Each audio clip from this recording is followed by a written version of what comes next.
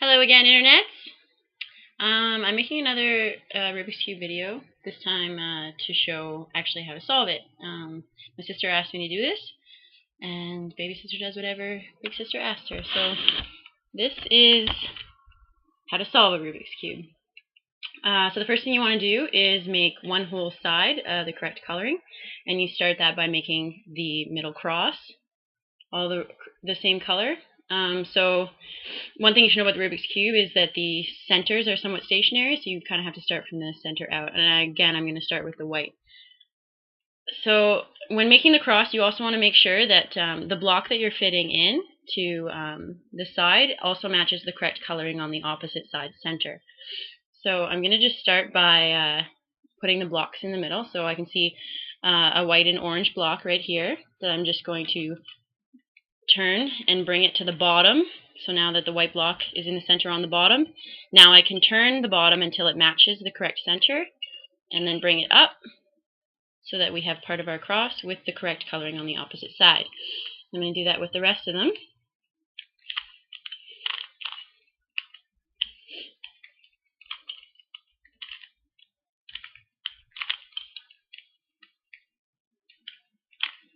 Alright, so now you can see the completed cross with every corresponding center color matching the center of the other side.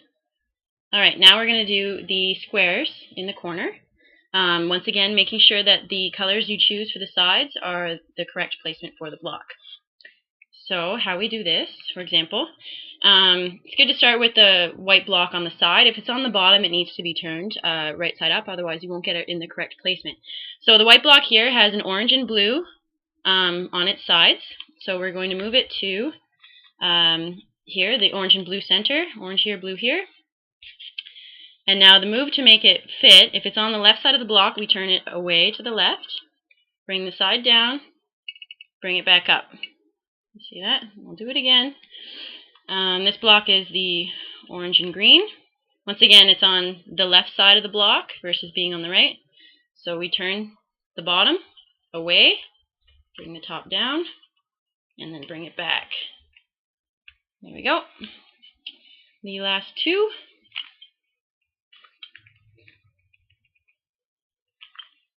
Now you can see this block here with the red and the blue corresponding colors is now on the right side of the block. So to move that one up, we just move it away from the right, bringing the center down, and then putting it back. And finally, here. So I can show you now there's a block that is on the bottom. And we need it to be showing, the white needs to be showing on the side for us to move it up properly. So we need to rectify that and bring it down if we can. So I'm just going to move it to another corner where we already have a correct block. So this is going to kind of backtrack and you just have to redo it. It's fine. So bringing it up and bring it around so that now you can see it is on the side here. So now I can just turn it away and then bring those blocks back up to where they belong. And now you can see I have two blocks that need fixing, but at least they are on the correct sides. Okay, so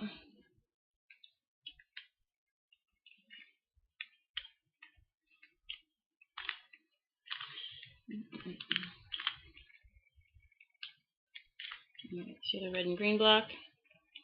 Do this one first. White, red, and blue block. On the right, bring it over. Yep, and the final block. There we go. So now we have the first full row completed, and we're going to start working on getting the centers done so that the two rows will be completed. So what you want to do now is make sure that the color you've just completed it stays on your palm. It stays to the side because you know the rest of the block is what we're working with. So we just want to kind of maintain that as the orientation of the whole block. All right, so to fill in these side pieces, this is when we get into the codes for how to do the proper movements. So try to find a corresponding block that fits. So for example here we have orange and a blue.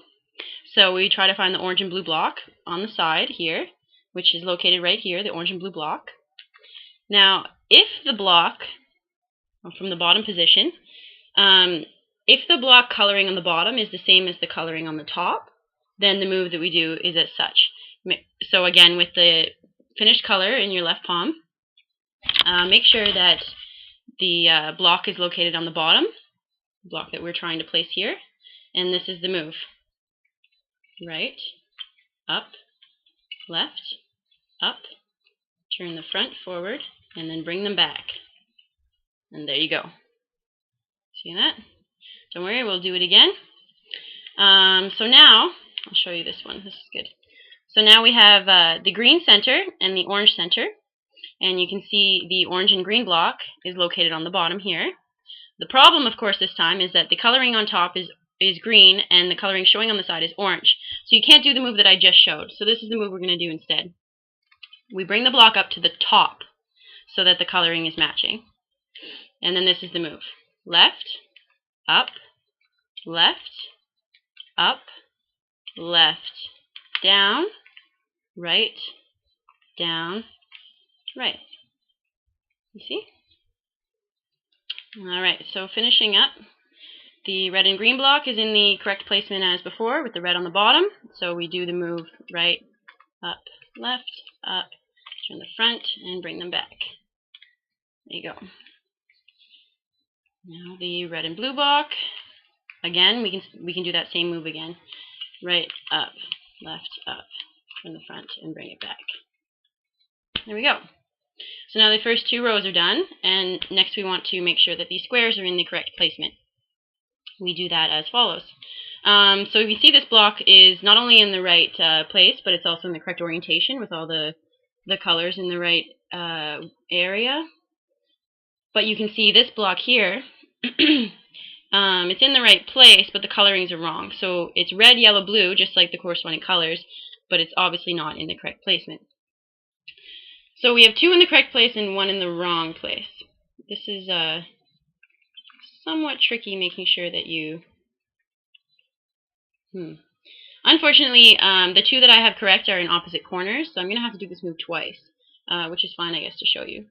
But to change the blocks, it's very similar to the first move that I showed with the codes.